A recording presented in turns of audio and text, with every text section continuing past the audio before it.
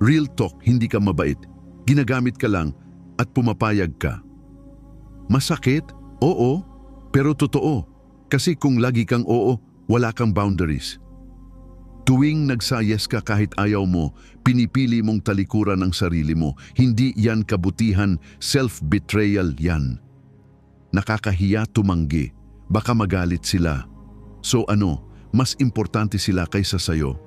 Hindi ka ATM, hindi ka emergency hotline, hindi ka obligadong sagot sa problema ng iba.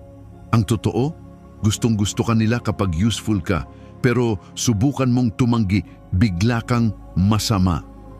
At doon mo makikita kung sino ang totoo, yung nire-respeto ka o yung nasanay lang na gamitin ka. Gusto mo ng respeto, matuto kang magsabi ng hindi, walang paliwanag, walang pasori. Hindi ka kailangan magpaliwanag sa lahat. Ang boundaries, hindi hinihingi ng permiso. Kung hindi mo kayang ipaglaban ang sarili mo, huwag kang magtaka kung paulit-ulit kang inaabuso.